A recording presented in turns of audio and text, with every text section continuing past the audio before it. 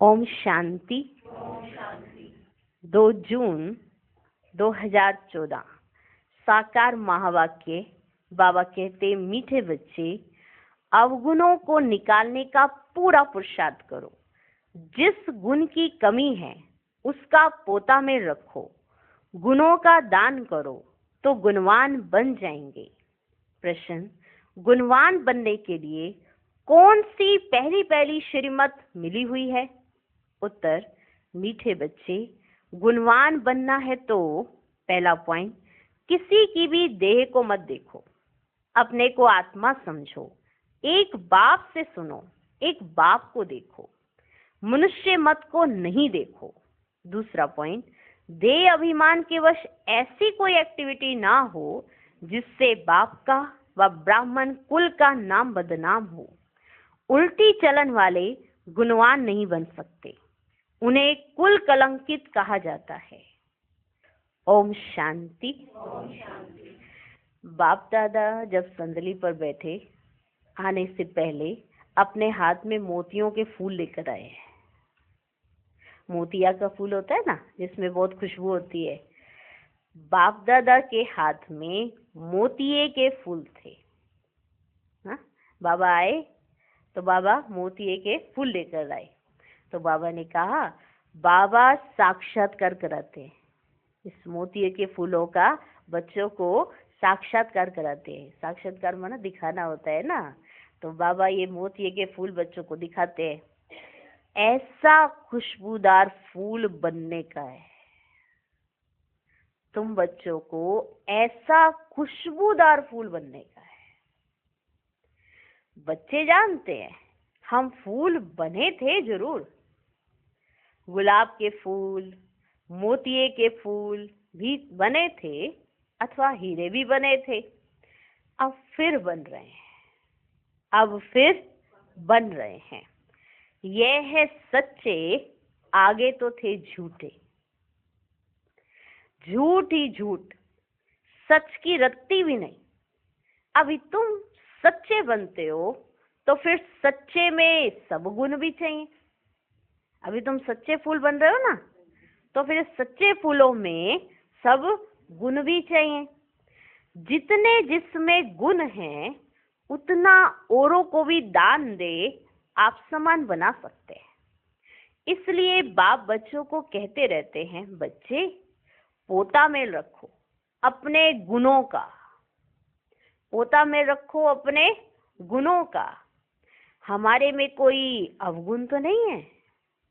दैवी गुणों में क्या कमी है? ना अपने आप को चेक करो कि हमारे में कोई अवगुण तो नहीं है। दैवी गुणों में कहाँ तक कमी है? हमारे में आ क्यों नहीं रहे हैं? ऐसे अपना क्या रखो, पोता मेल। रात को रोज अपना पोता मेल निकालो। दुनिया के मनुष्यों की तो बात ही अलग है। तुम अभी मनुष्य तो नहीं हो ना, तुम मनुष्य तो नहीं हो ना, तुम हो ब्राह्मण। मनुष्य नहीं हो, क्या हो? ब्राह्मण। भल मनुष्य तो सब मनुष्य ही है, परंतु हरेक के गुणों में, चलन में फर्क पड़ता है। माया के राज्य में भी कोई कोई मनुष्य बहुत अच्छे गुणवान होते हैं, परंतु बाप को नहीं जानते। होते हैं गुणवान, बहुत मनुष्य ऐसे होते हैं जिनमें बहुत गुण होते हैं, परंतु वो बाप को नहीं जानते। बड़े रिलीजियस माइंडेड, नर्म दिल वाले होते हैं। दुनिया में तो मनुष्यों के गुणों की वैरायटी है, मनुष्यों के गुणों की वैरायटी है दुनिया में। और जब देवता बनते हैं तो दैवी गुण तो सब में है। बाकी पढ़ाई के कारण मर्तबे कम हो पड़ते हैं। एक तो पढ़ना है, दूसरा अवगुणों को निकालना है। एक तो पढ़ाई पढ़ना है, दूसरा अवगुणों को निकालना है। ये तो बच्चे जानते हैं हम सारी दुनिया से न्यारे हैं। जानते हैं हम सभी कि हम सभी सारी दुनिया से न्यारे हैं। यहाँ ये जैसे एक ही ब्राह्मण कुल बैठा हुआ है। शूद्र कुल में है मनुष्य मत और ब्राह्मण कुल में है ईश्वरीय मत। पहले तुमको बाप का परिचय देना है।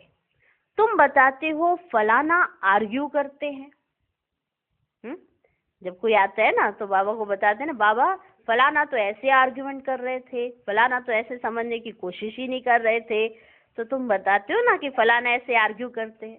बाबा ने समझाया था, लिख दो, हम ब्राह्मण अथवा बीके हैं ईश्वरीय मत पर, तो समझ जाएंगे इनसे ऊंचा तो कोई है ही नहीं। ये समझ जाएंगे ऊंच से ऊंच है भगवान, तो हम उनके बच्चे भी उनकी मत पर हैं। मनुष्य मत पर हम चलते नहीं, ईश्वरीय मत पर चल हम देवता बनते हैं।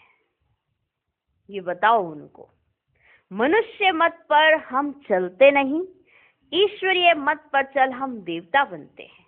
मनुष्य मत बिल्कुल छोड़ दिए, फिर तुमसे कोई आर्ग्यू कर ना सके, फिर तुमसे कोई आर्ग्यू नहीं कर सकेंगे। कोई कहे ये कहां से सुना, किसने सिखाया है, तुम कहेंगे हम हैं ईश्वरीय मत पर। प्रेरणा की तो बात ही नहीं है, बेहद के बाप ईश्वर से हम समझे हुए हैं। बोलो, भक्ति मार्ग के शास्त्र मत पर तो हम बहुत समय से चले, भक्ति मार्ग के शास्त्र मत पर तो हम बहुत समय से चले, अब हमको मिली है ईश्वरीय मत। तुम बच्चों को बाप की ही महिमा करनी है, पहले पहले बुद्धि में बिठाना है हम ईश्वरीय मत पर हैं। ये बिठा दो उनकी बुद्धि में कि हम ईश्वरीय मत पर हैं। मनुष्य मत पर हम चलते नहीं, सुनते नहीं। ईश्वर ने कहा है, hear no evil, see no evil, talk no evil, think no evil.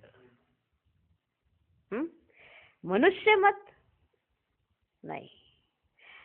आत्मा को देखो, शरीर को नहीं देखो। ये तो पतित शरीर है, इनको क्या देखने का है, इन आंखों से ये नहीं देखो। ये शरीर तो पतित का पतित ही है, यहाँ के ये शरीर तो सुधरने नहीं है, और ही पुराने होते रहते हैं ना। दिन प्रतिदिन सुधरती है आत्मा, शरीर थोड़ा सुधर रहे हैं, शरीर तो और ही पुराने होते जाएंगे। दिन प्रतिदिन सुधरती है तो आत्मा, आत्मा ही अविनाशी है। इसलिए बाप कहते हैं सी नो इविल। शरीर को भी नहीं देखना है, देह सहित देखे जो भी संबंध है उनको भूल जाना है। आत्मा को देखो, एक परमात्मा बाप से सुनो, इसमें ही मेहनत है।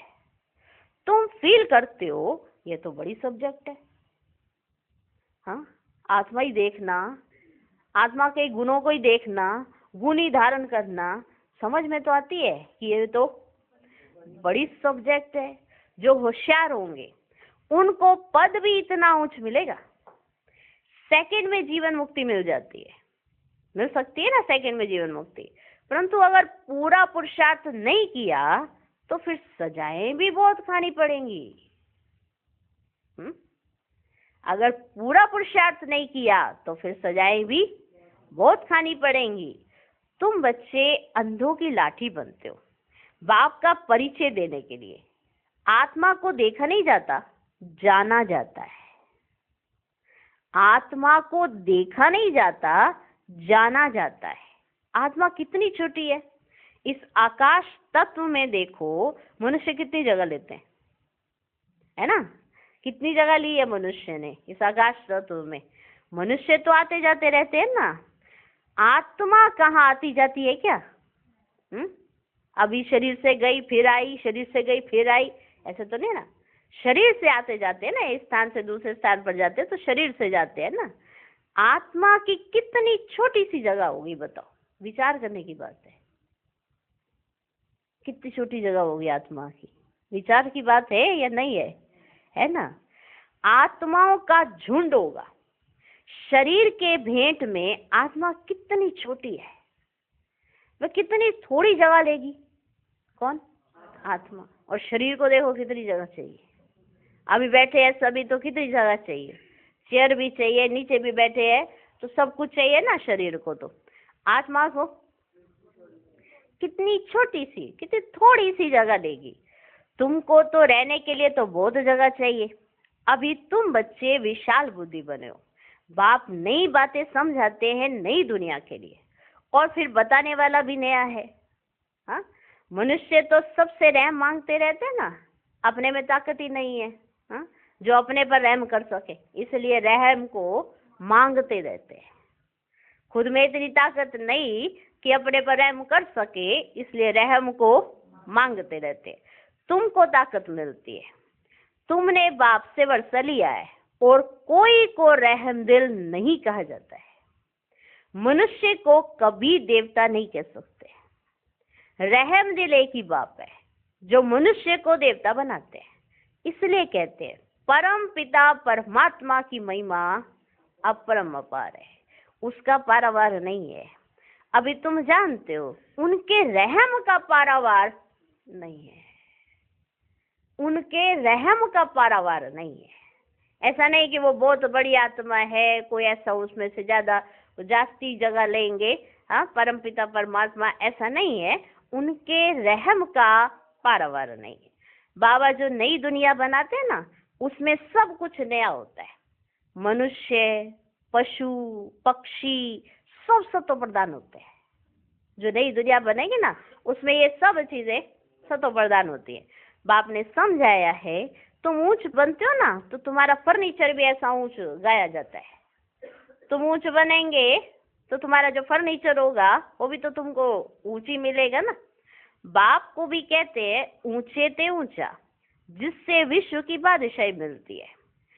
बाप साफ कहते हैं हम हथेली पर वैश्यत ले आया हूँ।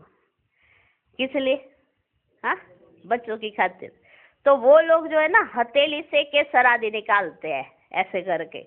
हाँ, बाबा हथेली पर बहिष्यत लेकर आए तो उन्होंने उसकी संज्ञा में हथेली से केसर आदि निकालते हैं। यहाँ तो पढ़ाई की बात है, यहाँ तो पढ़ाई की बात है। ये है सच्ची पढ़ाई। तुम समझते हो हम पढ़ रहे हैं, पाठशाला में आए हैं। पाठशालाएं तुम बहुत खोलो तो तुम्हारी एक्टिविटी को देखेंगे। पाठशालाएं तुम बहुत खोलो तो तुम्हारी एक्टिविटी को देखें। कोई फिर उल्टी चलन चलते हैं तो नाम बदनाम करते हैं। अब पाठशाला खोलेंगे तो आएंगे ना तुमको देखने के लिए, फिर वो तुम्हारी एक्टिविटी को भी तो देखेंगे कि नहीं देखेंगे? देखेंगे ना। तो फिर कोई फिर अगर उल्टी चलन चलते हैं तो वो जैसे कि नाम बदनाम करते हैं। देह अभिमान वाले की एक्टिविटी अलग होगी। देखेंगे ऐसी एक्टिविटी है तो फिर जैसे सब पर कलंक लग जाता है। देखते इनकी ऐसी एक्टिविटी है तो सब पर जैसे कि एक कलंक लग जाता है। समझते इनकी एक्टिविटी में तो कोई फर्क ही नहीं है, तो गोया बाप की निंदा कराई ना। टाइम लगता है, सारा दोष उस पर आ जाता है। मैनर्स बहुत अच्छे चाहिए। अगर आपकी एक्टिविटी से कोई ये कहे कि हमें तो नहीं लगता आपको कोई ईश्वर पढ़ाते हैं, आपकी एक्टिविटी में तो कोई सुधार ही नहीं है, हाँ, तो ये दोष सब पर लग जाता है ना। तो मैनर्स बहुत अच्छे चाहिए। तुम्हारे करेक्टर्स बदलने में कितना टाइम लगता है? तुम समझते हो कोई कोई के करेक्टर्स तो बहुत अच्छे फर्स्ट क्लास होते हैं, वे दिखाई भी पड़ेंगे। बाबा एक एक बच्चे को बैठ देखते हैं, एक एक बच्चे को बैठ देखते हैं, इनमें क्या खामी है जो निकालनी चाहिए, इनके अंदर क्या खामी है ऐसी जो इनको अपने अंदर से निकालनी चाहिए। एक एक की जांच करते हैं। कौन? बाबा। समझे? बाबा एक एक की जांच करते हैं। खामियां तो सब में है, तो बाप सबको देखते रहते हैं, रिजल्ट देखते रहते हैं। बाप का तो बच्चों पर लव रहता है ना, जानते हैं इनमें ये खामी है, इस कारण ये इतना ऊंच पद पा नहीं सकेंगे। बाबा जानते हैं कि इस आत्मा के अंदर ये खामी है, इसके कारण, इस खामी के कारण ये आत्मा इतना ऊंच पद पा नहीं सकेंगे। अगर खामियां नहीं निकली तो बड़ा मुश्किल है, देखने से ही मालूम पड़ जाता है। ये तो जानते हैं अभी टाइम पड़ा है, एक एक की जांच करते बाप की नजर एक एक के गुणों पर पड़ेगी। पूछेंगे तुम्हारे में कोई अवगुण तो नहीं है? जब बाबा देख रहे हैं तो बाबा फिर पूछेंगे उन्हीं से कि तुम्हारे में कोई अवगुण तो नहीं है। तो ऐसे समय पर क्या करना चाहिए? हाँ, या ये कहना नहीं बाबा मुझे तो नहीं लगता, आपको लगता है तो आप बता दीजिए मेरे में क्या अवगुण है। ऐसा कोई बच्चा नहीं होगा जिसको ये ना पता हो कि बाप का इशारा कहाँ है, क्योंकि हर एक के अंदर अपनी बातें तो छुपी ही रहती है। और बाप के सामने आने पर अगर बाबा ने पूछ भी लिया तो क्या सच सच बता सकते हैं? तो एक एक की जांच करते बाप की नजर एक एक के गुणों पर पड़ेगी। पूछेंगे तुम्हारे में कोई अवगुण तो नहीं है? बाबा के आगे तो सच बता देते हैं। कोई कोई को देह अभिमान रहता है तो नहीं बताते हैं। कोई तो बाबा बाबा पूछ रहे हैं, कौन पूछ रहा है, उनको एकदम से ही आता है अरे कौन पूछ रहा है, उनके बुद्धि में एकदम से ये स्ट्राइक होने लगता है कि मेरे सामने मुझसे कौन पूछ रहा है, तो वो सच सच बता देते हैं। और कोई को अपना देह अभिमान रहता है तो नहीं बताते हैं। बाप तो कहते रहते हैं आप ही जो करे सो देवता। बाबा तो इशारा दे रहे हैं कि चेकिंग करो, चेक कर लो, चेक कर लो, फिर से चेक कर लो। आप ही जो करे सो देवता। कहने से करे वह मनुष्य, और जो कहने से भी ना करे, जो कहने से भी ना करे, बाबा कहते रहते हैं जो भी खामियां हैं इस जन्म की वे बाप के आगे आप ही बताओ। वे बाप के आगे आप ही बताओ। बाबा तो सबको कह देते हैं खामियां सर्जन को बतानी चाहिए, शरीर की बीमारी नहीं। हाँ, शरीर की बीमारी नहीं, कहेंगे खामियां बतानी चाहिए तो पेट में दर्द है, सिर में दर्द है। हाँ, शरीर की बीमारी नहीं, अंदर की बीमारी बतानी है। अंदर की जो वृत्ति में गड़बड़ है, जो दृष्टि में गड़बड़ है, जो स्मृति में गड़बड़ है, वो बतानी है। अंदर की बीमारी बतानी है। तुम्हारे पास अंदर में क्या क्या आसरी ख्यालात रहते हैं, क्या क्या आसरी ख्यालात रहते हैं, बाबा पूछ रहे बच्चों से। तो इस पर बाबा समझाएंगे। जो जो तुमको ऐसा कुछ होता है तुम बाबा को बताओ, तो इस पर बाबा तुमको समझाएंगे। इस हालत में तुम इतना ऊंच पद नहीं पा सकेंगे जब तक अवगुण निकले। अवगुण बहुत निंदा कराते हैं। ऐसी हालत रही तो तुम ऊंच पद नहीं पा सकेंगे। अवगुणों को निकालो, क्योंकि ये अवगुण बहुत निंदा कराते हैं। मनुष्यों को वहम पड़ता है, फिर मनुष्यों को वहम पड़ता है क्या भगवान इनको पढ़ाते हैं। अगर ऐसी एक्टिविटी दिखाई दे रही है मनुष्यों को कुछ, तो वो ये मानेंगे भगवान इनको पढ़ाते। भगवान तो नाम रूप से न्यारा है, सर्वव्यापी है, वे कैसे इनको पढ़ाएंगे? इनकी चलन कैसी है? इनकी तो चलन ही देखो कैसी है, इनको भगवान पढ़ाते। ये तो आप जानते हैं तुम्हारे गुण कैसे फर्स्ट क्लास होने चाहिए। अवगुण छिपा देंगे तो कोई को इतना तीर नहीं लगेगा। अवगुण छिपा कर किसी से मिलेंगे कि मेरा अवगुण दिख ना जाए और मुंह से मीठा मीठा मीठा मीठा रहेंगे। अवगुण छिपा देंगे तो कोई को इतना तीर नहीं लगेगा। इसलिए जितना हो सके अपने में अवगुण जो है उनको निकालते जाओ, निकालने का प्रयास करना है। छिपा कर मिले तो क्या मिले, कहते हैं किसी को पता ना पड़ जाए कि मैं बहुत क्रोध करती आत्मा, तो वो बड़ा मीठा मीठा एक दूसरे के साथ व्यवहार करेंगे, मीठे मीठे रहेंगे, माना दिखावा करेंगे।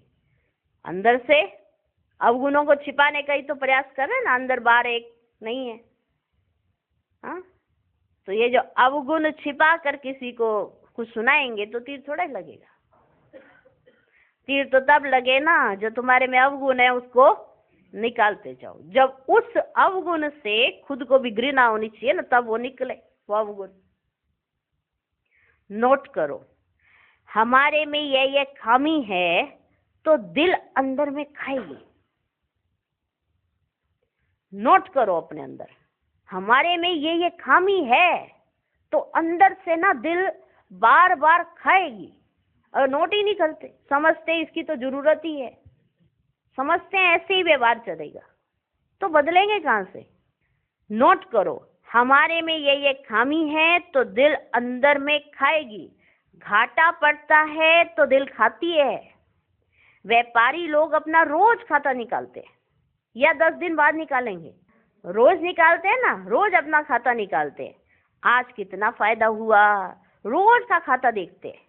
ये बाप भी कहते हैं रोज अपनी चाल देखो, रोज अपनी चाल देखो, नहीं तो अपना नुकसान कर देंगे, बाप की पत गवा देंगे, बाप की इज्जत जाती है।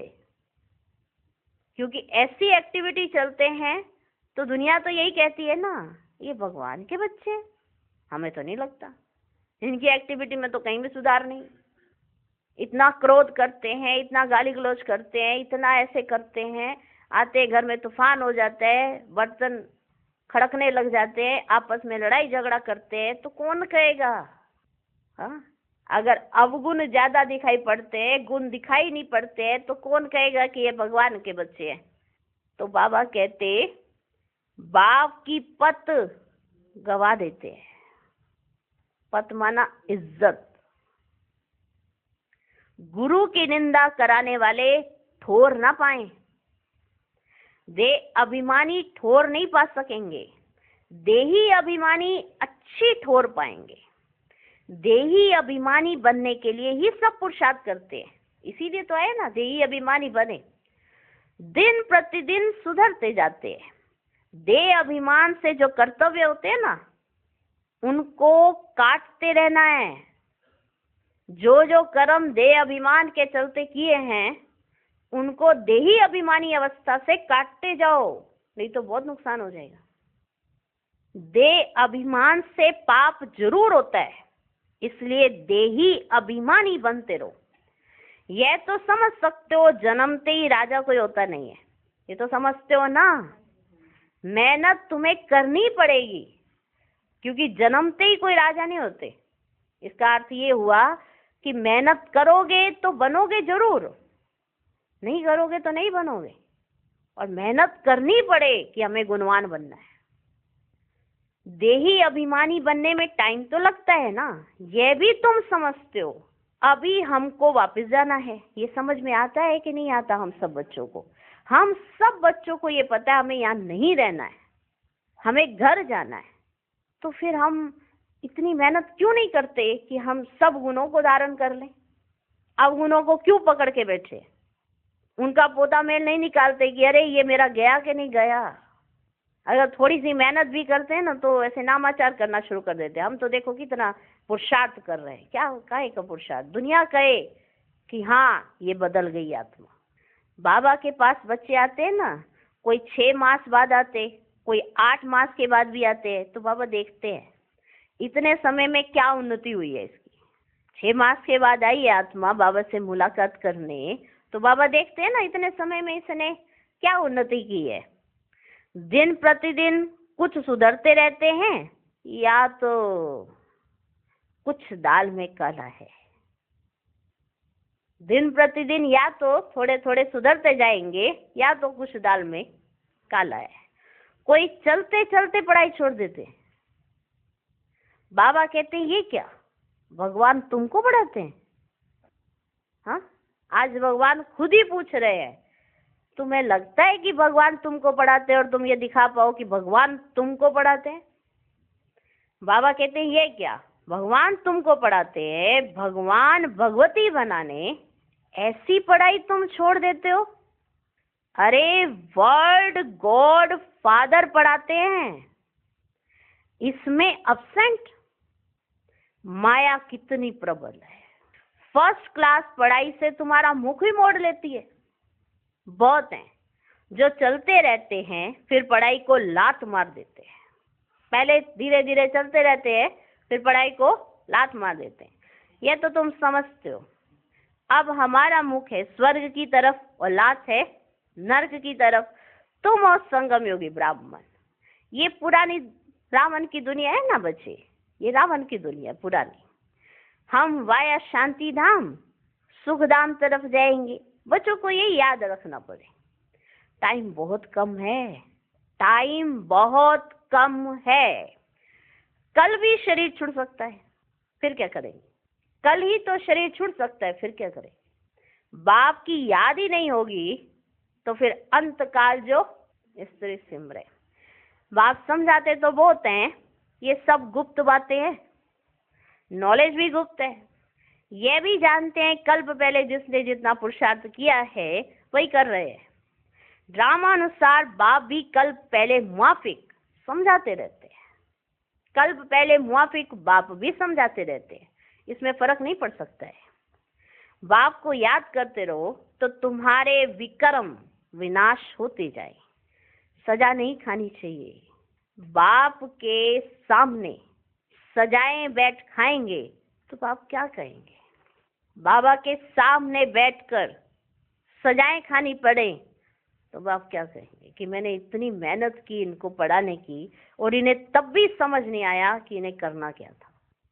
तो बाप क्या कहेंगे? तुमने साक्षात्कार भी किए हैं, उस समय माफ नहीं कर सकते। जिन्होंने साक्षात्कार किए हैं और बाबा ने बताए हैं कि ऐसे ऐसे होगा, इसे साफ बता देते हैं कि उस समय जब सजाएं खा रहे होंगे तो उस समय किसी को माफ नहीं कर सकते। इन द्वारा बाप पढ़ाते हैं तो इनका ही साक्षात्कार होगा। इन द्वारा वहां भी समझाते रहेंगे तुमने ये किया, फिर उस समय बहुत रोएंगे, चिल्लाएंगे, अफसोस भी करेंगे। इनके द्वारा ही दिखाएंगे, ब्रह्मा बाबा ही दिखाई पड़ेंगे उस समय, क्योंकि ऐसे कोई सूक्ष्म में आवाज नहीं, स्पष्ट सामने आकर बाबा दिखाएंगे तुमने ये किया। फिर रोएंगे, चिल्लाएंगे, अफसोस भी करेंगे। बिगड़ साक्षात्कार सजा दे ना सके तो उस समय स्पष्ट हो जाएगा कि ये जो सजा मुझे मिल रही है ना, ये किस पाप कर्म की है, कहाँ मैंने गलती की है। कहेंगे तुमको इतना पढ़ाते थे, इतना पढ़ाया तुमको, फिर ऐसे ऐसे काम किए, फिर तुमने ऐसे ऐसे काम किए। तुम भी समझते हो रावण की मत पर हमने कितने पाप किए हैं, ये तुम्हें भी समझ आ रही है। पूज्य से पुजारी बन पड़े हैं, बाप को सर्वव्यापी कहते आए, ये तो पहले नंबर की इंसल्ट है। इसका हिसाब किताब भी बहुत है, इस बात का भी हिसाब किताब भी बहुत है। बाप उलाहना देते हैं तुमने अपने को कैसे चमाट मारी है। भारतवासी कितना गिरे हैं, बाप आकर समझाते हैं अभी तुमको कितनी समझ मिली है। 100 भी नंबर वाली समझते हैं ड्रामानुसार, 100 भी नंबर वाली समझते हैं ड्रामानुसार। आगे भी ऐसे ही इस समय तक के क्लास की यह रिजल्ट थी, इस समय तक के क्लास की यह रिजल्ट थी। बाप बताएंगे तो सही ना, बाप बताएंगे तो सही ना। तो बच्चे अपनी उन्नति करते रहें। माया ऐसी है जो देही अभिमानी रहने ही नहीं देती है, यही बड़ी सब्जेक्ट है। अपने को आत्मा समझ, बाप को याद करो तो पाप भस्म हो जाएं। अच्छा, मीठे मीठे सिकिलधे बच्चों प्रति माता पिता बाप दादा का याद प्यार और गुड मॉर्निंग। रूहानी बाप की रूहानी बच्चों को नमस्ते। हम रूहानी बच्चों की भी रूहानी बाप को नमस्ते नमस्ते नमस्ते। Good morning good morning good morning. ये उसी भाव से सुनना, उसी भाव से पढ़ना जिस भाव से बाप के दिल से निकला है, जो भाव बाप के दिल में आया है। माँ बाप जो कहते हैं बच्चे सुन तो लेते हैं, लेकिन क्या माँ बाप जो कहते हैं बच्चे उसी अंदाज में सुन लेते हैं? हाँ, उसी अंदाज में बुद्धि में चला जाता है जिस अंदाज में माँ बाप कहते हैं? नहीं जाता है। 100 में से कुछ परसेंटेज में बुद्धि में आएगा। अगर 100 ही आ जाए ना तो हमारा सबका सुधार हो जाए, हम सुधरते जाएं। लेकिन हम कभी यही चेकिंग नहीं करते कि अवगुण है, पर अवगुणों को निकालना कैसे है। मानते भी हैं कि हमें सब तरह की पढ़ाई मिली हुई है कि कैसे निकालना है, पर अटेंशन ही नहीं है। हम पोता मेल ही नहीं रखते, हम ये ध्यान ही नहीं देते कि हमसे कुछ गलतियां हो रही हैं। हम समझते हैं ऐसे ही चलता आ रहा है, ऐसे ही चलता आएगा। तो क्या सुधरेंगे हम सब? भगवान की नजर हम सब बच्चों पर है, विशेष उन बच्चों पर जिससे उसकी उम्मीदें टिकी हुई हैं, कि इन्होंने पूरे विश्व का कल्याण करना है। और वही आत्माएं भगवान से झूठ बोलें, भगवान के सामने झूठ करें, छिपाएं, और वो एक्टिविटी चले जिससे बाप का, ब्राह्मण कुल का नाम बदनाम होता हो। तो सोच लें क्या दुर्गति हो सकती है। क्योंकि फिर बाबा सुनाकर, दिखाकर, साक्षात्कार कराकर फिर सजा देंगे कि ये वाली सजा तुम्हें क्यों मिल रही है। ऐसी बात नहीं है मैंने तुम्हें समझाया नहीं था, मैंने तो मुरली तुम तक पहुंचाई थी, मैंने अपने महावाक्य तुम तक पहुंचाए थे, मैंने तुम्हें वरदान भी दिया था कि तुम ऐसा कर सकते हो, तुम सुधर सकते हो। मैंने उसके लिए तुमको पूरी सपोर्ट की, लेकिन फिर भी तुमने मुझे नहीं, रावण की मत को चुना। फिर भी तुमने मुझे ही धोखा दिया। इसे बाबा ने आज कहा, मेरी पत का संभाल करना, बाप की इज्जत जाने नहीं देना, गंवा नहीं देना। तो बहुत सी बातें हैं, अगर ध्यान दें तो आज से ही सुधार हो सकता है। नहीं देंगे तो बाबा जिसको सुना रहा है, जिसको समझा रहा है, ये उसको समझ भी आ रहा है, पर सच्चा तो रहे ना। अब ऐसा सच्चा जो रहे वही प्राप्ति कर सकते हैं, बाकी तो सब लेप छेप है। फिर सारे दुनिया वाले कहेंगे, सारे दुनिया वाले इनको भगवान पढ़ाते, हम तो नहीं मानते, इनकी तो एक्टिविटी में कोई अंतर नहीं है। तो जांच करने की जरूरत है कि मुझको देखकर किसी को ये लगता है कि इसके साथ भगवान है। आज भी बाप को उम्मीद है कि इनके ये जो डिफेक्ट हैं ये निकल जाए और ये परफेक्ट बन जाए और दुनिया कहे ये बाप समान है। धारणा के लिए मुख्य सार, पहला पॉइंट, देह अभिमान में आने से पाप जरूर होते हैं। देह अभिमानी को ठोर नहीं मिल सकती, इसलिए देही अभिमानी बनने का पूरा पुरुषार्थ करना है। कोई भी कर्म बाप की निंदा कराने वाला ना हो। दूसरा पॉइंट, अंदर की बीमारियां बाप को सच सच बतानी है, अवगुण छिपाने नहीं है। अपनी जांच करनी है कि मेरे में क्या क्या अवगुण है। पढ़ाई से स्वयं को गुणवान बनाना है। आज का वरदान, नॉलेजफुल बन, सर्व व्यर्थ के प्रश्नों को यज्ञ में स्वाहा करने वाले निर्विघ्न भव। जब कोई विघ्न आते हैं तो क्या क्यों के अनेक प्रश्नों में चले जाते हो। प्रसन्न चित्त बनना अर्थात परेशान होना। नॉलेजफुल बन, यज्ञ में सर्व व्यर्थ प्रश्नों को स्वाहा कर दो, तो आपका भी टाइम बचेगा और दूसरों का भी टाइम बच जाएगा। इससे सहज ही निर्विघ्न बन जाएंगे। निश्चय और विजय जन्म सिद्ध अधिकार है। इस शान में रहो तो कभी भी परेशान नहीं होंगे।